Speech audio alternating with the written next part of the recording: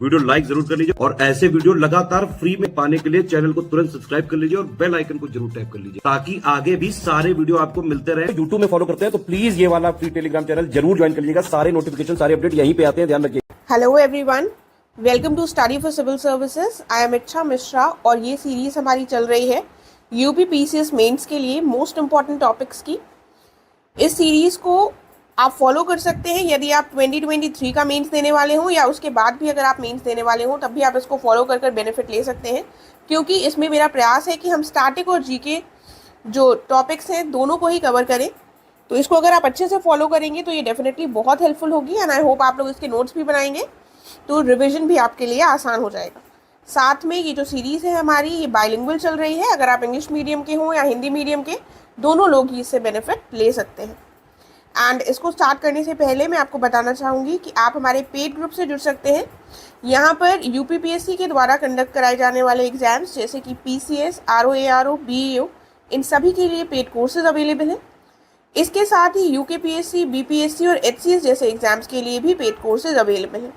आप इनको ज्वाइन कर बेनिफिट ले सकते हैं और इनके संबंध में आपको अधिक जानकारी गिवन नंबर्स पर मिल जाएगी। और इसके अलावा अगर आपने अभी तक हमारे फ्री टेलीग्राम चैनल को नहीं ज्वाइन किया है तो इसे जल्द से जल्द ज्वाइन कर लीजिएगा ताकि चैनल के संबंध में कोई भी अपडेट हो तो वो आप तक आसानी से पहुंच सके। तो आइए देखते हैं आज हम कौन से टॉपिक्स करने वाले हैं। देखिए, जो हमारा पहला टॉपिक है वो है इंडिया और रशिया के रिलेशंस।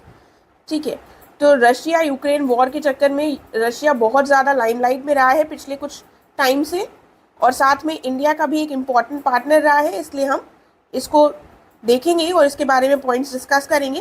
पहले थोड़ा सा हम बैकग्राउंड डिस्कस करेंगे कि इंडिया और रशिया के रिलेशंस कब से डेवलप हुए, कैसे रहे हैं हमेशा से।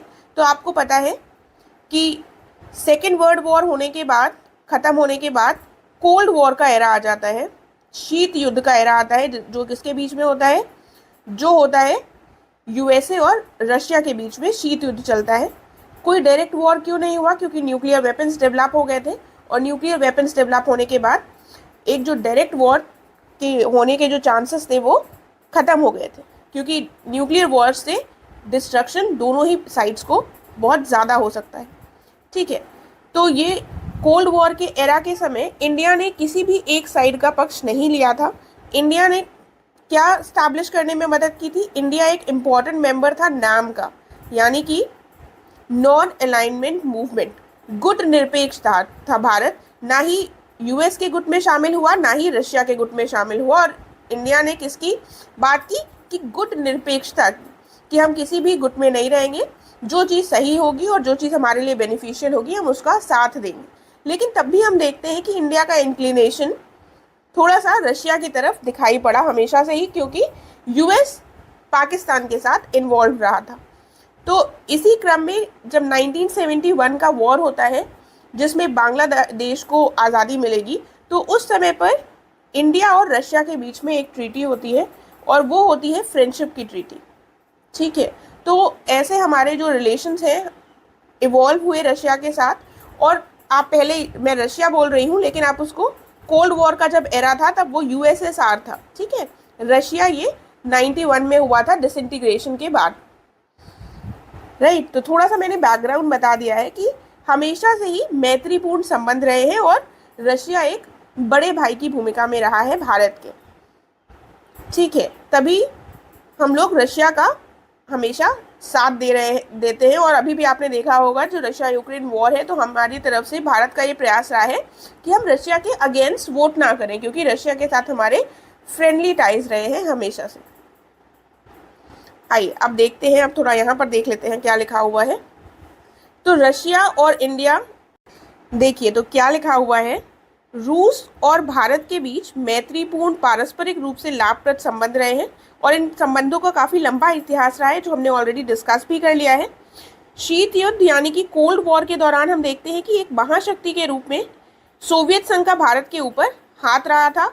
और भारत क्या था? भारत विकासशील राष्ट्रों के समुदाय का हिस्सा था और इसने गुट निरपेक्षता की हमेशा बात कही है, लेकिन तब भी इंक्लिनेशन हमको थोड़ा सा यूएसएसआर की तरफ दिखाई पड़ा।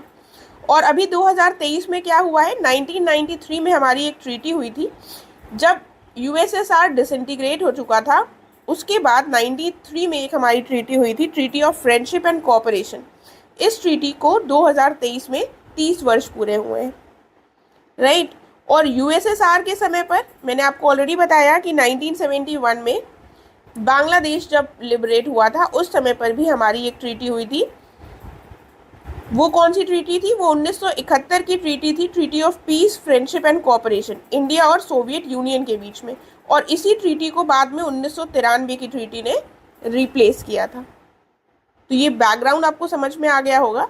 देखिए, बैकग्राउंड से शायद ऐसा कोई डायरेक्ट क्वेश्चन ना पूछा जाए, लेकिन अगर हमें बैकग्राउंड पता होगा तो चीज़ों को समझना हमारे लिए थोड़ा आसान हो जाएगा। अब दोनों ही कंट्रीज़ के बीच में एरियाज ऑफ कोऑपरेशन क्या हैं, किन क्षेत्रों में दोनों के बीच में सहयोग लिया जाता है आपस में? तो सबसे पहले तो सबको पता होगा रक्षा क्षेत्र, यानी कि डिफेंस सेक्टर। इंडिया का एक इम्पॉर्टेंट डिफेंस जो पार्टनर रहा है वो कौन रहा है? रशिया।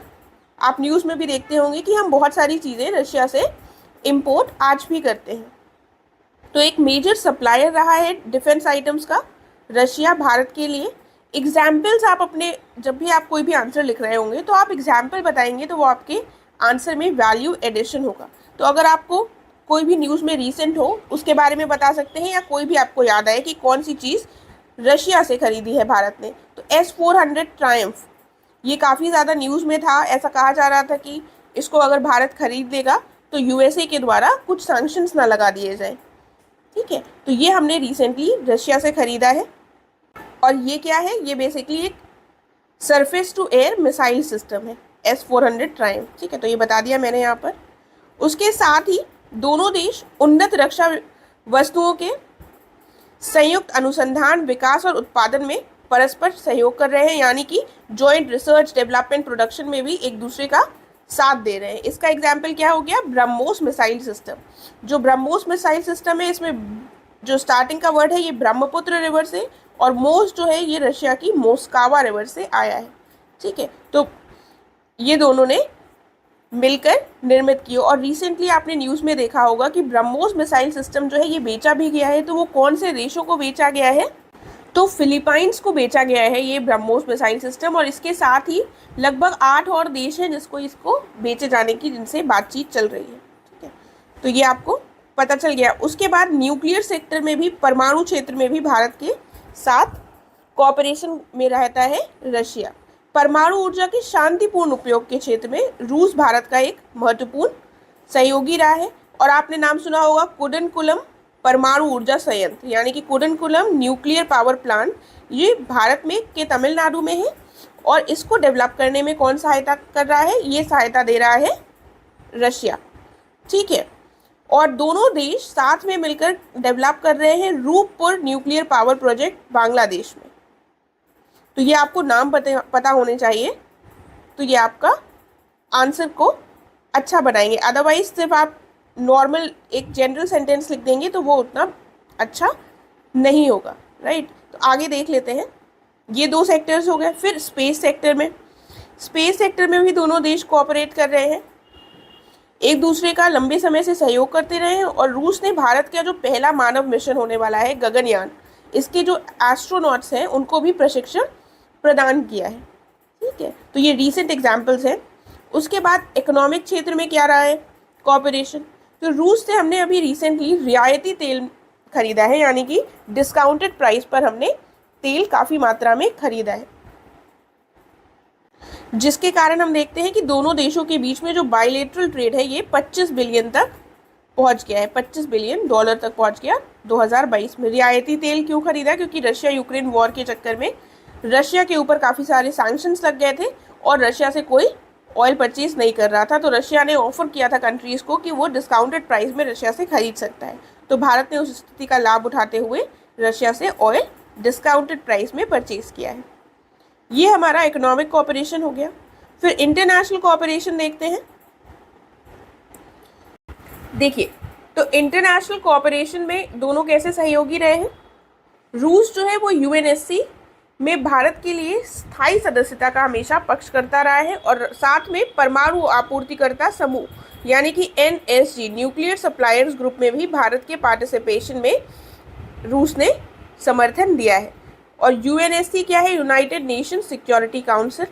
अगर आपको पता है वेल एंड गुड, नहीं पता है तो सुन लीजिए। इसमें 15 सदस्य होते हैं, जिसमें से 5 जो है वो परमानेंट है और 10 टेम्परेरी होते हैं जो परिवर्तित होते रहते हैं। लेकिन जो परमानेंट सदस्य हैं वो चेंज नहीं होते हैं, वो परमानेंट हैं। और उनके पास कौन सी पावर होती है? Veto power. ठीक है। और वीटो पावर का मतलब ये होता है कि अगर वो किसी चीज़ के लिए मना कर दे, एक भी पार्टी, एक भी सदस्य, तो वो कोई भी अगर प्रस्ताव होगा तो वो खारिज हो जाएगा, पास नहीं हो पाएगा। तो 5 परमानेंट सदस्य जो फिलहाल है यूनाइटेड नेशन सिक्योरिटी काउंसिल के, वो कौन कौन से हैं? यूएसए, चाइना, फ्रांस, रशिया और यूनाइटेड किंगडम। ठीक है, तो ये 5 हो गए हमारे मेंबर्स इसके। और एनएसजी क्या है वो भी देख लेते हैं थोड़ा सा। तो ये जो एनएसजी है ये 1974 में जब भारत ने परमाणु परीक्षण किया था उसके बाद स्टैब्लिश किया गया था इसको 1975 में। ठीक है, और इसमें 1975 में जब ये स्टैब्लिश हो गया था तो फिलहाल इसमें 48 मेंबर्स हैं। कितने मेंबर्स हैं?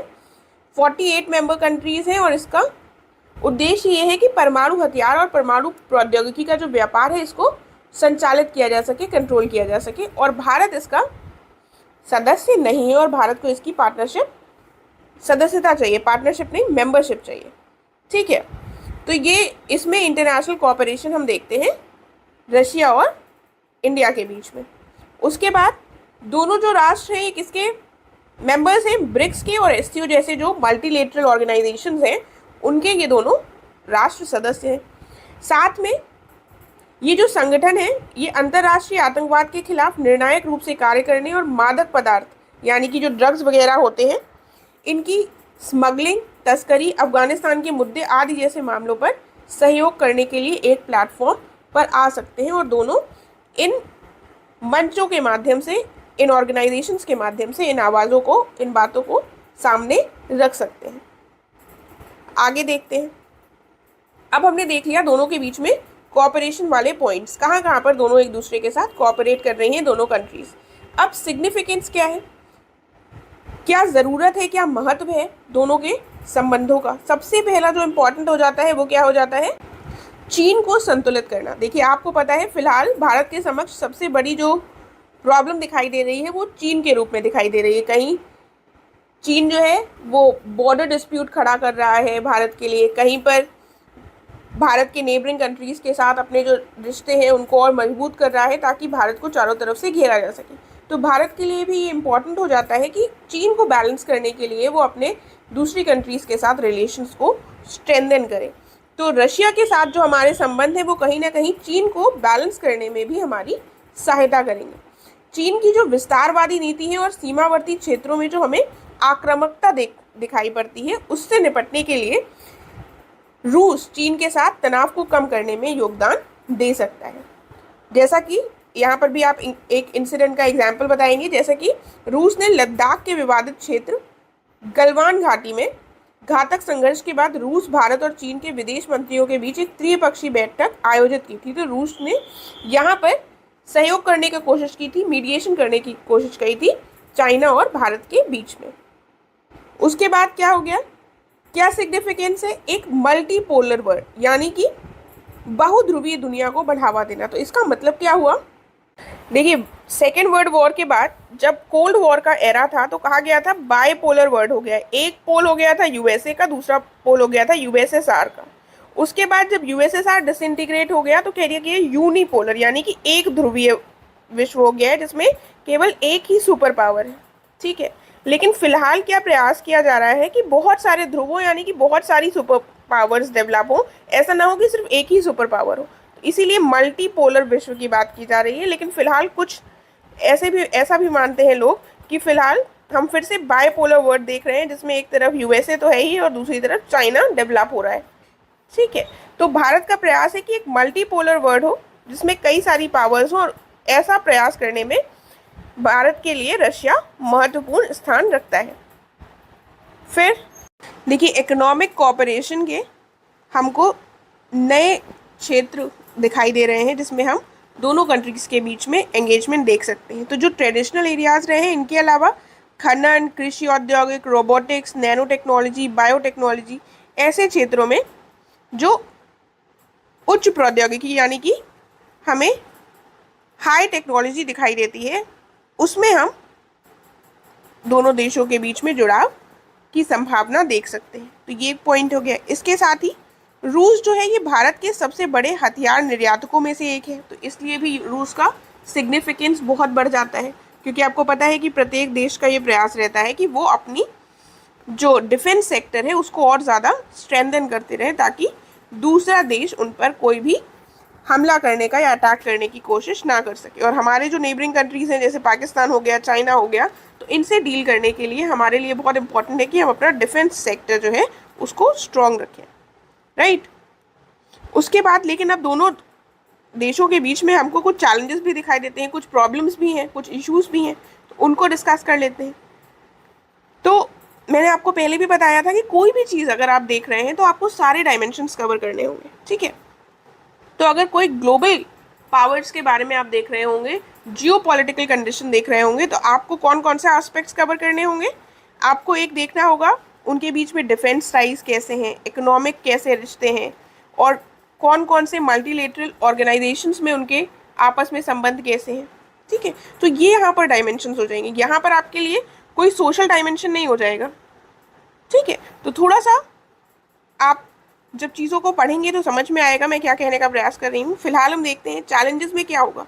सबसे पहला, दोनों के बीच में व्यापार कैसा है, इकोनॉमिक रिलेशंस कैसे हैं, जो हमने ऑलरेडी देखा कि अच्छे हैं, लेकिन उसमें भी हमें कुछ चुनौतियां देखने को मिलती हैं।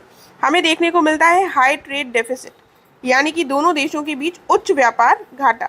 2022 में बढ़ी हुई तेल खरीद और भारतीय रुपए के मुकाबले रूसी जो रूबल है उसके मजबूत होने से रूस के साथ जो भारत का व्यापार घाटा है वो काफ़ी ज़्यादा बढ़ गया है। 2022-23 फाइनेंशियल ईयर जो 2022-23 था, इसमें 7 गुना हमको ये ट्रेड डेफिसिट बढ़ा हुआ दिखाई दिया। तो ये एक चैलेंज दिखाई पड़ता है, ठीक है, क्योंकि ट्रेड डेफिसिट किसी भी कंट्री के लिए अच्छा नहीं होता, और भारत के लिए तो बिल्कुल भी नहीं अच्छा है। दूसरा क्या पॉइंट है, देखिए, चेंजिंग जियो स्ट्रैटेजिक इंटरेस्ट, यानी कि भू सामरिक हितों का बदलना।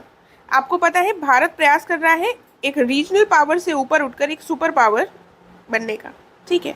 तो सुपर पावर बनने के लिए भारत अपने जो संबंध है वो विश्व के विभिन्न देशों के साथ बढ़ाने का प्रयास कर रहा है।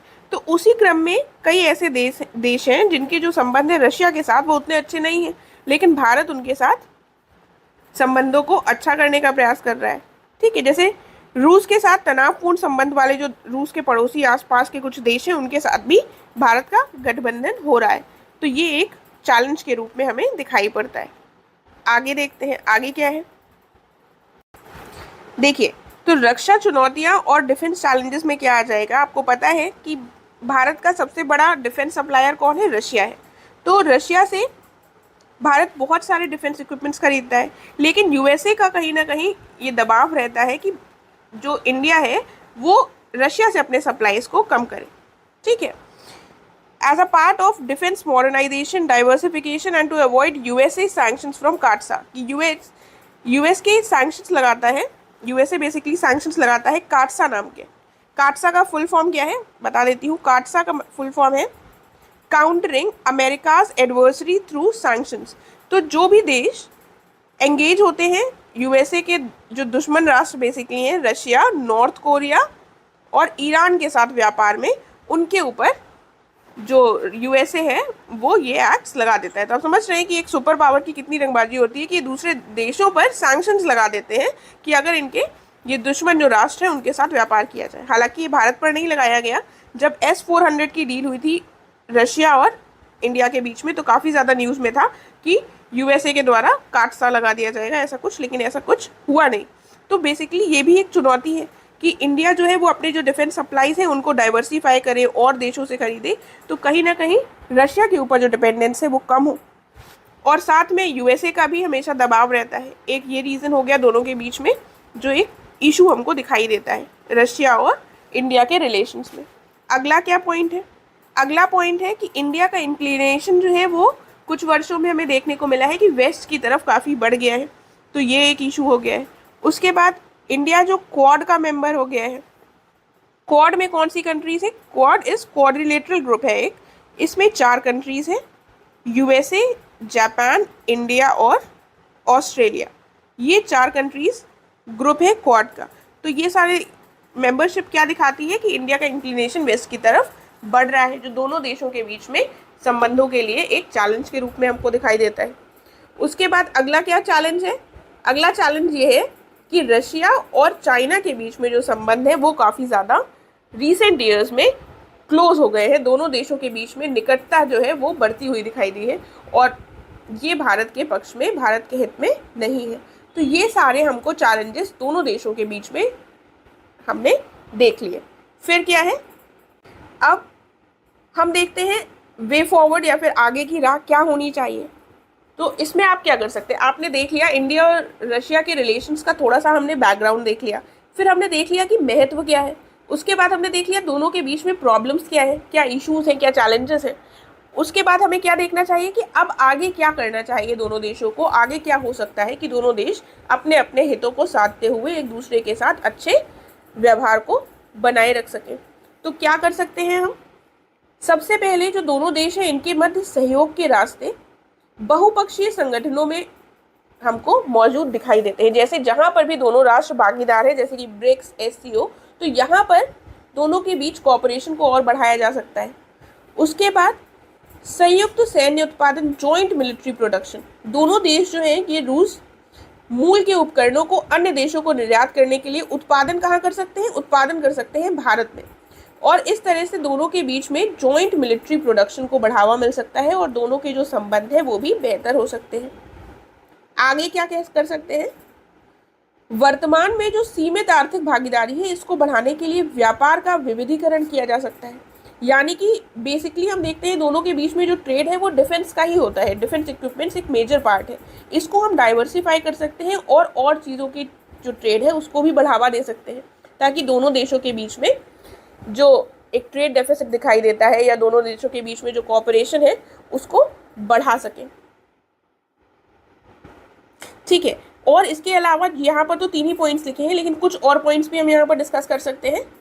हम दोनों देशों के बीच में जो एरियाज ऑफ कोऑपरेशन है उनको बढ़ा सकते हैं, जैसे साइबर सिक्योरिटी के क्षेत्र में, ठीक है, क्लाइमेट चेंज के क्षेत्र में। इन सारे क्षेत्रों में हम दोनों देशों के बीच में कोऑपरेशन को बढ़ा सकते हैं, जिससे कि जो टाइज हैं वो और मजबूत हो। इसके साथ हम क्या कर सकते हैं, जैसे इंडिया के प्रोग्राम्स हैं, मेक इन इंडिया वगैरह, तो इसमें भी हम रशिया का सहयोग ले सकते हैं कि रशियन कंपनीज आएँ और वो भारत में उत्पादों का निर्माण करें। तो इस तरीके से ये हमारे वे फॉरवर्ड के लिए कुछ पॉइंट्स हो सकते हैं। आई होप आप समझ गए होंगे, और अगर इससे संबंध आपसे एग्जाम में क्वेश्चन पूछा जाता है तो आप ये भी कर सकते हैं कि आप इसमें थोड़ा सा रफ मैप बना दें, जिसमें आप रशिया और इंडिया की लोकेशन दिखा दें। पूरा मैप बनाने की ज़रूरत नहीं है, थोड़ा सा रफ मैप बनाकर दिखा सकते हैं। ठीक है, नहीं भी बना पा रहे हैं तो कोई प्रॉब्लम नहीं है, अदरवाइज आप प्रैक्टिस करेंगे तो बन जाएगा। तो ये सारी जो चीज़ें होती हैं, मैप वगैरह, ये थोड़ा सा आपके आंसर को वैल्यू ऐड कर देता है। अब हम जो दूसरा टॉपिक देखने वाले हैं ये बहुत इंपॉर्टेंट है, और ये आपके GS 2 का टॉपिक होगा। इसमें स्पेशली ये मेंशन टॉपिक है, इसको मैं बता देती हूँ GS 2 में क्या लिखा हुआ है। ये जो सेल्फ हेल्प ग्रुप्स हैं इनके बारे में आप देखेंगे तो GS 2 का जो आपका सिलेबस है, GS 2 के सिलेबस में पॉइंट नंबर 12 में स्पेसिफिकली मेंशन्ड है डेवलपमेंट प्रोसेसेस के अंतर्गत सेल्फ हेल्प ग्रुप्स। ठीक है, तो कई चीज़ें जो हैं वो एक्सप्लिसिटली मेंशन नहीं होती हैं सिलेबस में और हमें कवर करनी होती है, और कुछ चीज़ें एकदम साफ साफ उनका नाम लिखा होता है तो उनको तो हमें करना ही है। तो सेल्फ हेल्प ग्रुप्स काफ़ी इंपॉर्टेंट हो जाते हैं हमारे लिए। इनके बारे में देख लेते हैं ये क्या होते हैं, इनके समक्ष क्या समस्याएं हैं और इनको बढ़ावा देने के लिए क्या किया जा सकता है। तो इसके सारे एस्पेक्ट्स हम कवर करने का प्रयास करेंगे। सबसे पहले थोड़ा सा समझ लेते हैं कि सेल्फ हेल्प ग्रुप होता क्या है। तो नाम से थोड़ा अगर आप समझने की कोशिश करें तो ये क्या होता है, ये ग्रुप्स होते हैं जो सेल्फ की हेल्प के लिए होते हैं, स्वयं की सहायता करने के लिए ये ग्रुप्स निर्मित होते हैं। अर्थात क्या हुआ, जो लोग इस ग्रुप के समूह होते हैं वो एक साथ मिलकर आते हैं और वो प्रयास करते हैं अपनी जो उनकी लिविंग कंडीशंस है उनमें सुधार करने का। तो ये सुधार कैसे होगा, जब वो कोई इकोनॉमिक एक्टिविटी मिलकर करेंगे। ठीक है, तो ये जो ग्रुप्स होते हैं ये बेसिकली छोटे छोटे लोगों के द्वारा बनाए जाते हैं जो गाँवों में रहते हैं, जिनके पास इतने इकोनॉमिक रिसोर्सेज नहीं होते हैं, और ये ज़्यादातर इसमें महिलाएं होती हैं सदस्य। महिलाएं जो होती हैं वो सेल्फ हेल्प ग्रुप्स जो है वो ज़्यादा निर्मित करती हैं, ऐसा देखा जाता है। लगभग 80-90% सेल्फ हेल्प ग्रुप्स महिलाओं के द्वारा निर्मित है। तो इसकी एक बार देख लेते हैं आपको इसकी 2 लाइन की जो परिभाषा है जो इसके बारे में है वो आपको रटा होना चाहिए। ठीक है, कि अगर आपसे सेल्फ हेल्प ग्रुप पूछ लिया तो आपको इंट्रोडक्शन में तो ये लाइन लिखनी ही है, उस वहाँ पर आपको सोचना ना पड़े कि आपको सेल्फ हेल्प ग्रुप के क्वेश्चन में क्या स्टार्ट करना है। ठीक है, अदरवाइज आपके पास कोई डेटा है, कुछ और है तो आप लिख सकते हैं, लेकिन ये सबसे ईजीएस्ट वे होता है। Self help groups are small informal groups of people who come together to find ways to improve their living conditions. ये लोगों के छोटे अनौपचारिक समूह हैं जो अपने रहन सहन की परिस्थितियों में सुधार करने के लिए स्वेच्छा से एक साथ आते हैं, एक साथ मिलकर कोई इकोनॉमिक एक्टिविटी वो करते हैं। ये कैसे डिफाइन किए जा सकते हैं? इनको डिफाइन किया जा सकता है एक self governed peer controlled group of people with similar socio-economic background and having a desire to collectively perform in common purpose। Hindi में भी देख लेते हैं, ये समान सामाजिक आर्थिक पृष्ठभूमि जिन लोगों की होती है, सेम बैकग्राउंड वाले जो लोग होते हैं, वो एक स्वशासित सहकर्मी नियंत्रित, मतलब आपस में जो लोग मेंबर्स होते हैं उनके द्वारा ही नियंत्रित समूह के रूप में परिभाषित किया जा सकता है, जो मिलकर अपने जो सेम ऑब्जेक्टिव्स हैं उनको प्राप्त करने की दिशा में काम करते हैं। तो आई होप आप समझ गए होंगे कि सेल्फ हेल्प ग्रुप्स होते क्या हैं। ठीक है, और ये एक माध्यम होता है, ये एक सामुदायिक संगठन के माध्यम से क्या करते हैं, ये गरीब लोगों और सामाजिक आर्थिक रूप से जो हाशिए में पड़े लोग हैं उनकी समान समस्याओं के समाधान के लिए संगठित होते हैं। ठीक है, और ये उनकी समस्याओं का समाधान करने के लिए एक साधन के रूप में सेल्फ हेल्प ग्रुप्स बनाए जाते हैं। मेनली सोशली इकोनॉमिकली जो मार्जिनलाइज लोग होते हैं वो लोग मिलकर इन ग्रुप्स को फॉर्म करते हैं, और इनके लिए आपने यहाँ पर देखा ये अनौपचारिक है, इनफॉर्मल ग्रुप्स है, यानी कि कोई इसमें फॉर्मल रजिस्ट्रेशन की आवश्यकता नहीं होती है। राइट, तो ये देख लिया हमने। अब हम सिग्निफिकेंस देखिए एसएचजीज का, उससे पहले थोड़ा सा बैकग्राउंड देख लेते हैं। देखिए, तो भारत में अगर हम देखें तो जो एसएचजीज हैं, सेल्फ हेल्प ग्रुप्स, इनकी शुरुआत मानी जा सकती है एक 1970 में एक ग्रुप स्टैब्लिश हुआ था, सेवा। ठीक है, सेल्फ एम्प्लॉयड विमेंस एसोसिएशन, उससे माना जाता है कि इसकी स्टार्टिंग हुई। बाकी अगर आप ऐसे देखें तो नॉर्मली ऐसे ग्रुप्स तो हमेशा से ही बनते रहे होंगे, लेकिन अगर self help group as a concept उससे माना जा सकता है। और उसके बाद हम देखते हैं एक एसएचजीज को बैंक से लिंक करने की प्रोजेक्ट शुरू किया गया था नाबार्ड के द्वारा 1992 में। ठीक है, ये क्वेश्चन अभी हाल ही में जो यूपीएससी का एग्जाम हुआ है उसमें पूछा गया था, और उसमें नाबार्ड की जगह एसबीआई बैंक लिखा हुआ था, तो वो स्टेटमेंट गलत था। तो वापस आ जाते हैं यहाँ पर। तो ये 1992 में शुरू किया गया। उसके बाद धीरे धीरे और प्रयास किए गए कि जो एसएचजीज हैं उनको बैंकों से लिंक किया जा सके ताकि उनको फाइनेंस की सुविधा प्राप्त हो सके। ठीक है, तो इस तरीके से ये हमारे एसएचजीज अब समय के साथ इनको और इम्पोर्टेंस मिलती गई, और वर्तमान में हम देखते हैं इनका सिग्निफिकेंस क्या है। तो अब आप खुद सोचने की कोशिश कीजिए कि कोई भी चीज़ जिसमें लोग आपस में मिलकर आ रहे हैं, कुछ इकोनॉमिक एक्टिविटी कर रहे हैं, तो इससे क्या सिग्निफिकेंस क्या हो सकता है? खुद सोचने का प्रयास कीजिए। सबसे पहला सिग्निफिकेंस ये हो सकता है कि जो लोग हैं उनको कुछ एम्प्लॉयमेंट मिल जाएगा। ठीक है, उनको एम्प्लॉयमेंट मिल जाएगा, तो अगर लोगों के पास एम्प्लॉयमेंट होता है तो वो खुद में अपने आप में कॉन्फिडेंट हो जाते हैं, एम्पावर हो जाते हैं। ठीक है, सशक्त बन जाते हैं। साथ में क्या हो जाएगा, जो रूरल एरियाज के लोग हैं अगर उनको ऐसे अवसर मिलेंगे तो रूरल डेवलपमेंट होगा, ओवरऑल होगा कि नहीं होगा। ठीक है, तो इस तरह से अगर आप सोचेंगे तो आपके सामने और पॉइंट्स निकल कर आएंगे। तो फिलहाल हम अब इसमें पॉइंट्स को यहाँ पर देखते हैं क्या क्या लिखा हुआ है। सबसे पहले क्या लिखा हुआ है, सिग्निफिकेंस क्या है, सोशल डेवलपमेंट होता है, क्योंकि ये स्वास्थ्य, पोषण आदि जैसे मुद्दों पर अधिक जागरूकता पैदा करने में मदद करते हैं। क्या होता है कि जब लोग एक साथ मिलकर कोई काम करते हैं और उनके पास पैसा आने लगता है कुछ इकोनॉमिक एक्टिविटी करने से, तो पूरे समाज को उन्नति मिलती है बेसिकली। क्यों? क्योंकि जब उनके पास कुछ पैसा आएगा तो वो हेल्थ में इन्वेस्ट कर सकते हैं, एजुकेशन में इन्वेस्ट कर सकते हैं। ठीक है, तो पूरा सोशल डेवलपमेंट हो सकेगा। जहाँ पर पावर्टी होगी, गरीबी होगी, लोगों के पास रिसोर्सेज ही नहीं होंगे कि वो इन सारी चीज़ों में ध्यान से दे सकें। राइट, तो ये एक सोशल डेवलपमेंट का पॉइंट हो गया। दूसरा क्या हो गया, विमेन एम्पावरमेंट। मैंने आपको ऑलरेडी बताया कि बहुत बड़ी संख्या में महिलाएं जो हैं वो एसएचजीज को फॉर्म करती हैं, तो इससे हमको महिला सशक्तिकरण देखने को मिलता है। उसके बाद आता है वित्तीय समावेशन। एक फाइनेंशियल इंक्लूजन वर्ड जो है ये बहुत इंपॉर्टेंट है और कई बार ये आप देखेंगे भी, और अगर आप इसको आंसर में मेंशन कर रहे हैं तो इसको अंडरलाइन कर दीजिए। फाइनेंशियल इंक्लूजन क्या होता है? जिसमें लोगों तक जो फाइनेंशियल सर्विसेज हैं, जैसे कि बीमा की सुविधा, क्रेडिट की, लोन की सुविधाएं, सेविंग करने की बैंक में सुविधाएं जो हैं वो पहुंच सके, तो वो होता है फाइनेंशियल इंक्लूजन। इंक्लूजन मतलब सबको इंक्लूड करना, जो एकदम मार्जिनलाइज लोग हैं वो भी इन सारी फाइनेंशियल एक्टिविटीज़ में इंक्लूड हो सकें, राइट। तो ये जो फाइनेंशियल इंक्लूजन है ये भी एसएचजीज के माध्यम से प्रोवाइड हो पा रहा है, क्योंकि हम इनको क्या कर रहे हैं? क्रेडिट फैसिलिटीज प्रोवाइड कर रहे हैं। ये जो प्रोग्राम शुरू किया गया था SHG bank linkage programme NABARD के द्वारा, ये इनको ईजिली क्रेडिट उपलब्ध कराने में सहायता कर रहा है। और जो ट्रेडिशनली ये लोग डिपेंड रहते हैं कि मनी लेंडर्स जो गाँवों में हैं उनसे पैसा ले लेंगे और उनकी विशियस साइकिल में फंस जाते हैं, तो वो वाली जो समस्याएं हैं वो हटकर ये लोग जो फाइनेंस की सुविधाएं अवेलेबल हैं उनको प्राप्त कर सकते हैं। तो ये हमारा फाइनेंशियल इंक्लूजन का भी पॉइंट आ गया सिग्निफिकेंस में। उसके बाद साथ में फाइनेंशियल डिसिप्लिन भी लोग सीख पाएंगे, यानी कि वित्तीय अनुशासन, उसके बारे में इनको जानकारी होगी, सही कदम उठा पाएंगे। और सबसे इम्पोर्टेंट पॉइंट क्या है? Poverty reduction. जब लोग इन सारी चीज़ों में सम्मिलित होंगे तो पावर्टी भी रिड्यूस होगी। और यहाँ पर क्या लिखा हुआ है? ग्रामीण विकास मंत्रालय अर्थात मिनिस्ट्री ऑफ रूरल डेवलपमेंट ने एक मिशन लॉन्च किया है, एक इनिशिएटिव लॉन्च किया है। क्या लॉन्च किया है? कि 2024 तक ग्रामीण एसएचजी महिलाओं को प्रतिवर्ष कम से कम 1 लाख रुपए कमाने में सक्षम बनाने के लिए ये पहल शुरू की गई है। तो ये मिशन 1 लाख जो है ये लॉन्च किया गया है कि महिलाओं की जो आमदनी है वो लगभग एटलीस्ट 1 लाख पर एनम पहुंच जानी चाहिए 2024 तक। तो ये रिसेंटली शुरू किया गया है, इसको याद रखिएगा। इसके साथ साथ एसएचजीज के माध्यम से एम्प्लॉयमेंट अपॉर्चुनिटीज़ मिलती हैं, जेंडर इक्वालिटी को बढ़ावा मिलता है, क्योंकि महिलाएं इसमें बहुत ज़्यादा हैं, तो महिलाएं भी अगर आगे बढ़कर पार्टिसिपेट करेंगी तो इक्वालिटी को बढ़ावा मिलेगा।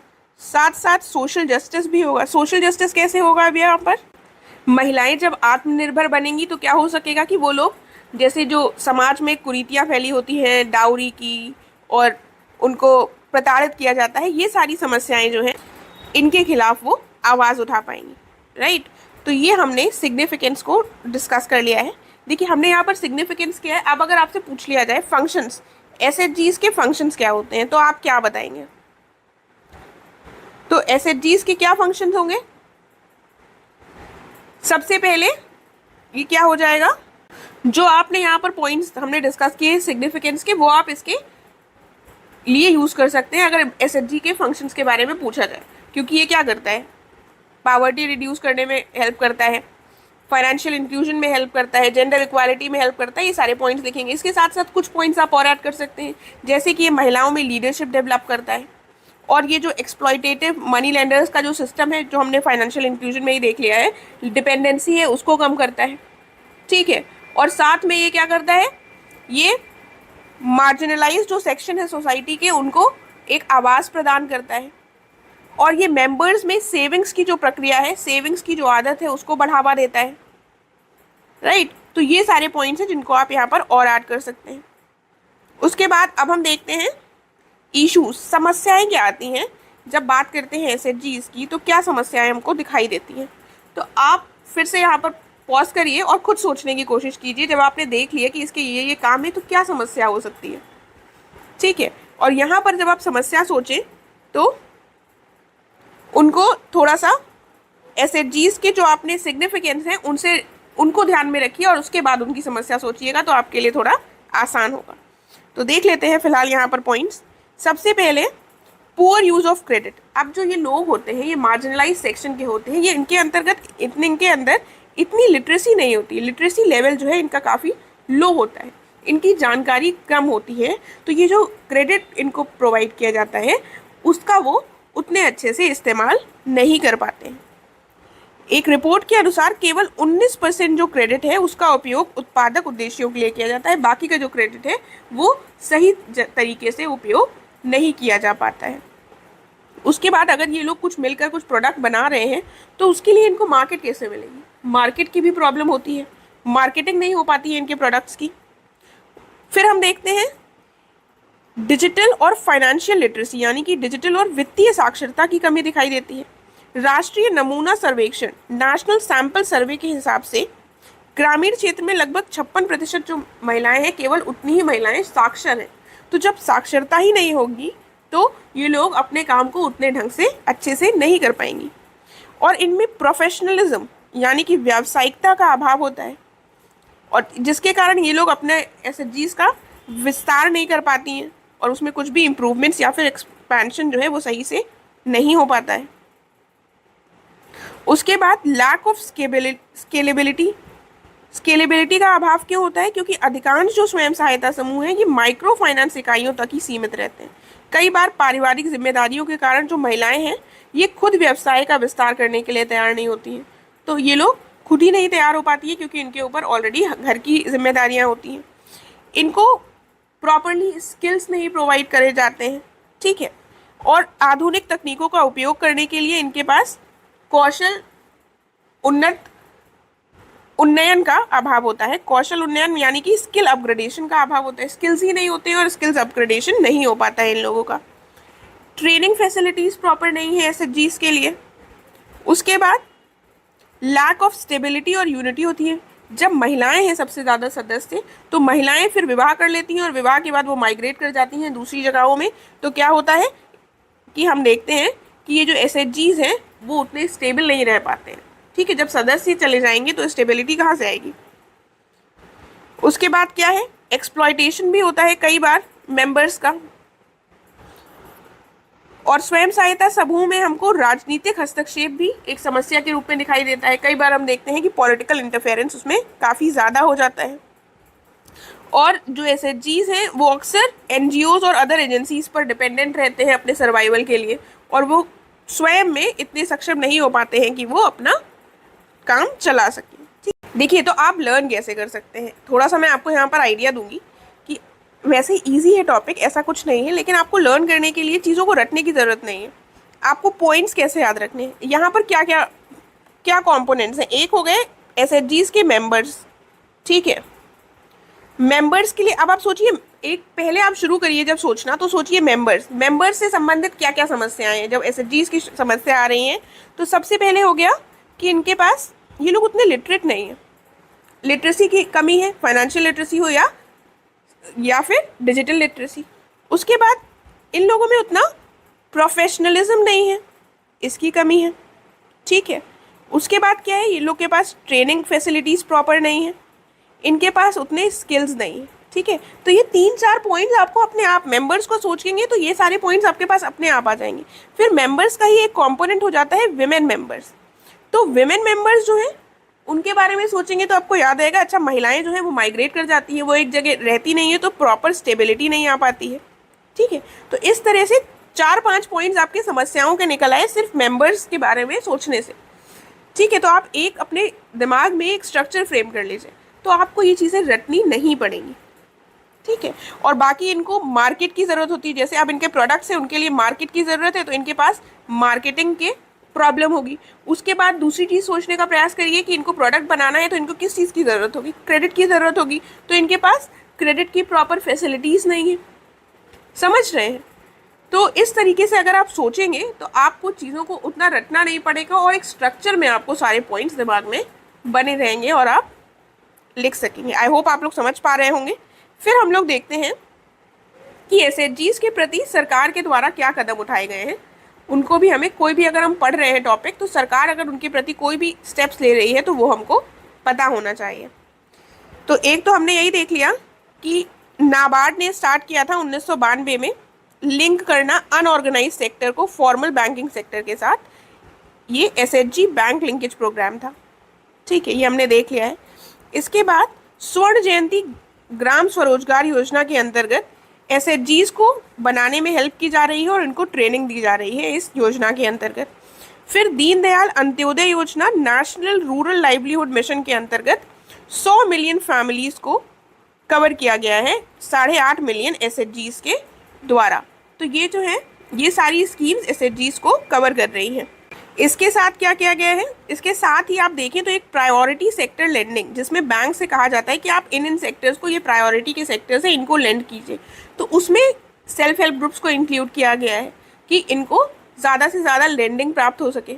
इसके अलावा एक राष्ट्रीय महिला कोष स्टार्ट किया गया था सरकार के द्वारा मार्च 1993 में।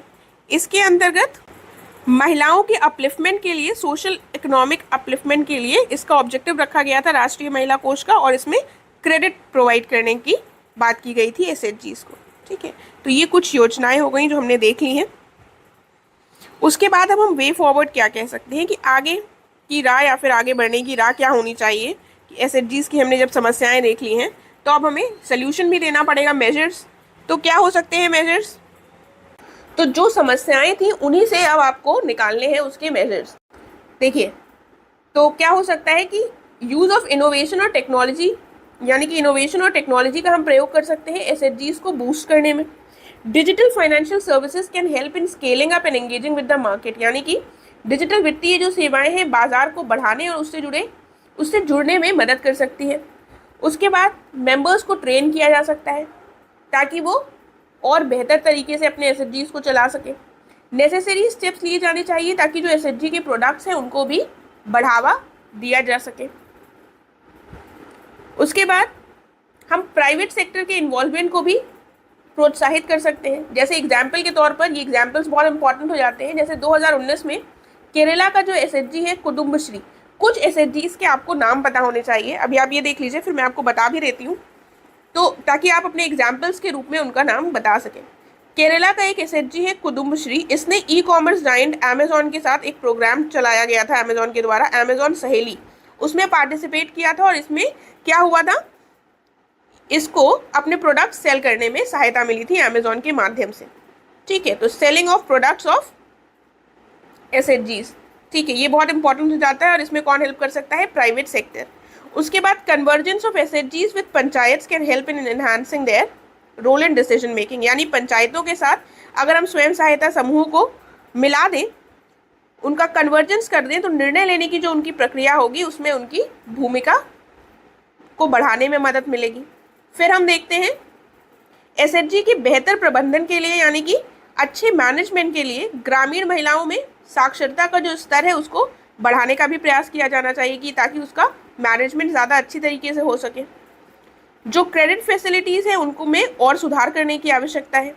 एसएचजी के कामकाज और प्रगति की निगरानी के लिए एक हम अलग से सरकारी निकाय भी बना सकते हैं जो कि इसमें सहायक हो सकता है, यानी कि एक सेपरेट गवर्नमेंट बॉडी बना सकते हैं जो इनकी मॉनिटरिंग करता रहे।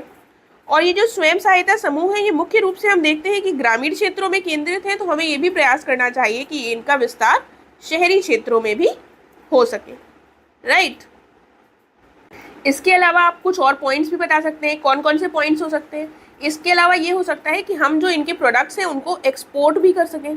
अगर हम इनके प्रोडक्ट्स को एक्सपोर्ट करेंगे, एक्सपोर्ट में मार्केट इनको प्रोवाइड करेंगे, तो भी ये काफ़ी बेनिफिशियल हो सकता है। साथ में हम एक इंटीग्रेटेड अप्रोच लेकर आएँ जिसमें एसएचजीज को प्रॉपर फाइनेंस मिल सके, उनके जो प्रॉपर सप्लाई चेन्स मैनेज हो सके ताकि उनको मार्केट का एक्सेस ईजी हो सके।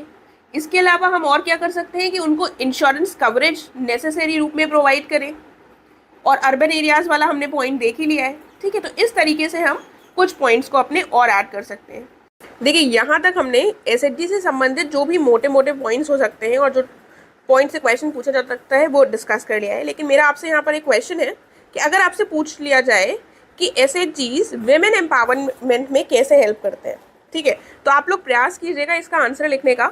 आप पॉइंट्स बताइएगा कि अगर आपसे क्वेश्चन एग्जाम में आ जाता है कि हाउ डू एसएचजीज हेल्प इन विमेन एम्पावरमेंट, कि महिला सशक्तिकरण में एसएचजीज कैसे योगदान देते हैं, तो इसके लिए आप क्या पॉइंट्स लिखेंगे, ठीक है। अपनी तरफ से भी कुछ लाने का प्रयास कीजिएगा। तो अगर आप कमेंट में लिखेंगे तो मैं प्रयास करूंगी कि मैं उसका आंसर दे सकूं, राइट। तो आइए अब हम अपने नेक्स्ट टॉपिक की तरफ बढ़ते हैं। अगला टॉपिक क्या है हमारा? देखिए, ये हमारा आर्ट एंड कल्चर का आ जाता है थोड़ा सा, GS 1 का पल्लव आर्किटेक्चर। देखिए, क्वेश्चंस जो पूछे जाते हैं वो जो बहुत फेमस टॉपिक्स हैं उन्हीं से आते हैं। तो ये सारे जो टॉपिक्स हैं वो हमें अच्छे से लर्न कर लेने हैं ताकि इनसे अगर कोई क्वेश्चन आए तो हम उसको कर सकें। पल्लव आर्किटेक्चर अगर हम देखें तो ये साउथ इंडिया में जो आपका टेम्पल आर्किटेक्चर था, द्रविडियन आर्किटेक्चर जिसको कहा जाता है, उसके डेवलपमेंट की एक इनिशियल स्टेज थी। इनिशियली इस पल्लवों को इस समय ये विकसित हुआ, उसके बाद आगे टाइम के साथ आगे बढ़ने में हम देखते हैं कि चोला एज आती है, चोलास का रूल आता है और उस समय पर ये अपने शिखर पर पहुंचता है आर्किटेक्चर। ठीक है, तो अब इसमें हम थोड़ा सा डिस्कस कर लेते हैं। साउथ इंडिया में अगर हम देखें तो एक डिस्टिंक्ट स्टाइल आर्किटेक्चर की डेवलप होती है पल्लव किंग्स के अंतर्गत। जो पल्लव्स थे ये पावरफुल डायनेस्टी थी जिसने सदर्न इंडिया पर रूल किया था 6वीं से 9वीं शताब्दी के बीच में।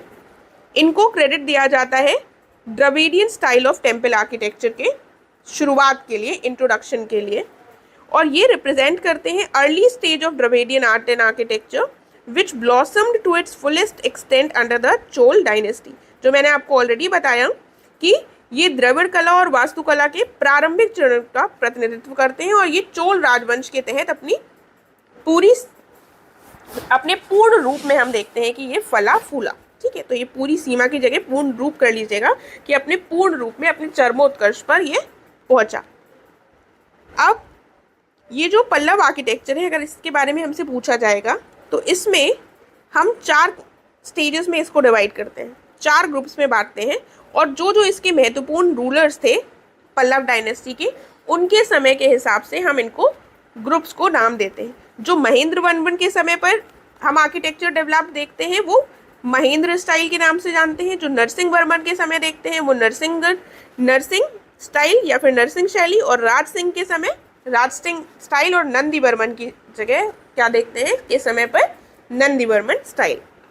ठीक है, तो ये जो महेंद्र वर्मन के समय स्टाइल डेवलप हुई थी, इन दोनों लोगों के समय अगर हम देखें, महेंद्र वर्मन और नरसिंह वर्मन, इन दोनों लोगों के समय हमको दिखाई देता है रॉक कट आर्किटेक्चर, और राज सिंह और नंदी वर्मन के समय पर हमको क्या दिखाई देता है कि ये स्ट्रक्चर्स जो थे ये इंडिपेंडेंटली स्टैब्लिश होने लगे थे, खड़े होने लगे थे।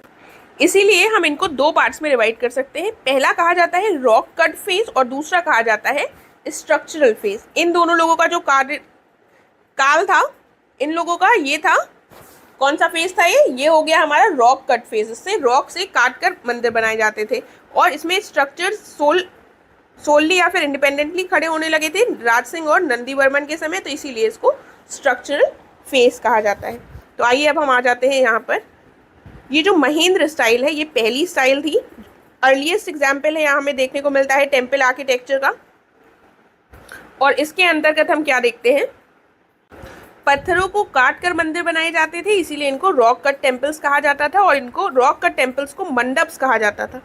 ठीक है, और इनको महेंद्र ग्रुप जो है इसका नाम पड़ा था मॉन्यूमेंट्स जो कंस्ट्रक्ट हुए थे महेंद्र वर्मन के समय पर, ये मैंने आपको ऑलरेडी बता दिया है। तो इसके अंतर्गत जो एग्जाम्पल्स आ जाएंगे महेंद्र ग्रुप के अंतर्गत फेमस मॉन्यूमेंट्स के, वो कौन कौन से आ जाएंगे, जो केव टेम्पल्स थे मंगडपत्तु, पल्लावरम और ममंडूर। ठीक है, यहाँ के ये एग्जाम्पल्स फेमस है, तो थोड़ा सा इनको रख लीजिएगा।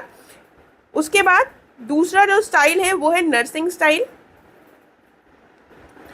इसमें भी हम देखते हैं रॉक कट टेम्पल्स ही थे, लेकिन जो इसमें मंडप्स होते थे इनको फर्दर डिवाइड कर दिया गया था डिस्टिंक्ट रथ्स में। ठीक है, और इस पीरियड में फ्री स्टैंडिंग मोनोलिथिक श्राइन्स हमको रथ के रूप में दिखाई देते हैं, जो कि पिलर्ड हॉल के साथ में बनाए जाते थे। लार्जेस्ट रथ कौन सा था, वो था धर्मराज रथ, और जो सबसे स्मॉलेस्ट रथ था वो था द्रौपदी रथ। देखिए थोड़ा सा इसमें रखना पड़ेगा, और आप चाहें तो एक बार फिगर को रेफर कर सकते हैं, गूगल कर लीजिएगा तो आपको ये याद रहेगा। उसके बाद हम देखते हैं राज सिंह स्टाइल। ये जो राज सिंह स्टाइल थी ये राज सिंह बर्मन के समय पर डेवलप हुई, और ये जो थे ये रॉक कट टेम्पल्स नहीं होते थे, ये स्ट्रक्चरल टेम्पल्स थे।